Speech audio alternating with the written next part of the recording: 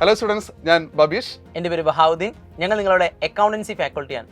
സാറേ, ഈ plus 1 commerce എടുക്കുന്ന പല കുട്ടികൾക്കുള്ള സംശയമാണ് അക്കൗണ്ടൻസി എന്ന് പറഞ്ഞ ഫുൾ മാത്സ് ആണ് എന്നുള്ളത്. ആണോ സാറേ? അങ്ങനെ അതായത് പ്ലസ് 1 കൊമേഴ്സിൽ വരുന്ന സമയത്ത് കുട്ടികൾക്കെല്ലാം ഡൗട്ട് ഉണ്ടാവുന്നുണ്ട്. അതായത് ബാക്കി എല്ലാ സബ്ജക്റ്റിന്റെ പേരിന്റെ കൂടെ അക്കൗണ്ടൻസി പറയുന്ന പേര് വരുന്ന സമയത്ത് ഇതിൽ പ്രോബ്ലം അല്ലെങ്കിൽ മാത്സ് എന്നുള്ള സാധനം വരുന്നുണ്ട്.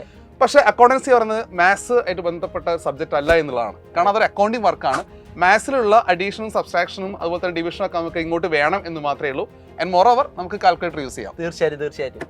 അപ്പൊ പിന്നെ പിള്ളേർക്ക് മറ്റൊരു അംശമാണ് ഈ കാൽക്കുലേറ്റർ എന്നൊക്കെ പറഞ്ഞാൽ 10ാം ക്ലാസ് ഞങ്ങൾ കാൽക്കുലേറ്റർ യൂസ് ചെയ്തിട്ടില്ല. അപ്പൊ ഇനി പ്ലസ് 1ലേക്ക് വരുമ്പോൾ ഏത് കാൽക്കുലേറ്റർ ആണ് എന്നൊരു പ്രശ്നം പൊതുവെ ഉണ്ടാവാറുണ്ട്.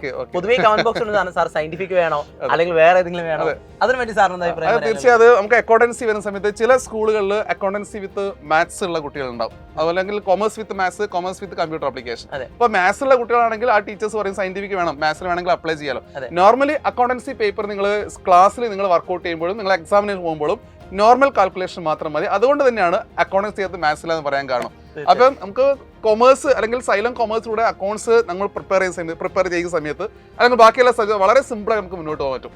പൊതുവെ കൊമേഴ്സുകാരാണെങ്കിൽ അവരെ മുൻഗാമികളായിട്ടുള്ള അവരുടെ സുഹൃത്തുക്കളോ അവരുടെ ചേട്ടന്മാരൊക്കെ അവർ പെട്ടെന്ന് എപ്പോഴും പറയുന്നൊരു കാര്യമാണ് അക്കൗണ്ടൻസി വിഷയമാണ്, ടാസ്ക് ആണ് എന്നൊക്കെ പറഞ്ഞു കൊടുക്കാറുണ്ട്. പക്ഷേ അതിന്റെ ഒരു ആൻസർ എന്ന് പറഞ്ഞാൽ ഏറ്റവും കൂടുതൽ അതായത് അത്യാവശ്യം പ്രിപ്പയർ ചെയ്യുന്ന കുട്ടികളാണെങ്കിൽ ഫുൾ മാർക്ക് സ്കോർ ചെയ്യാൻ പറ്റിയ പേപ്പർ അക്കൗണ്ടൻസി ആണ്. കാരണം ഒരു പ്രോബ്ലം സൈഡും കൂടി ആയതുകൊണ്ട് ആൻസർ ശരിയാണെങ്കിൽ ഫുൾ മാർക്ക് ആണല്ലോ, തിയറി പോലെയല്ല. അപ്പൊ അതൊന്നും പേടിക്കേണ്ട ആവശ്യമില്ല. ഇനി അങ്ങോട്ടുള്ള യാത്രയിൽ, കൊമേഴ്സിന്റെ യാത്രയിൽ അക്കൗണ്ടൻസി എന്ന് പറയുന്ന സബ്ജക്ട് നിങ്ങൾക്ക് ഒരു പ്രശ്നമായിരിക്കില്ല. കാരണം തുടക്കം മുതലേ നമ്മൾ അക്കൗണ്ടൻസി കാര്യങ്ങൾ ക്ലിയർ ചെയ്യാൻ പോവുകയാണ്. ആൻഡ് മോർ അപ്ഡേറ്റ്സിന് വേണ്ടി നമ്മുടെ പ്ലസ് 1 കൊമേഴ്സ് ചാനൽ നിങ്ങൾ സബ്സ്ക്രൈബ് വെച്ചിട്ടുണ്ടാവും. അതിൽ നമുക്ക് കാണാം എല്ലാ കാര്യങ്ങളും. സോ ഇനി അങ്ങോട്ടുള്ള യാത്രയിൽ അക്കൗണ്ടൻസിയെ കുറിച്ച് ഒരുപാട് കാര്യങ്ങൾ നമുക്ക് ഡിസ്കസ് ചെയ്യാണ്ട്. So all the best.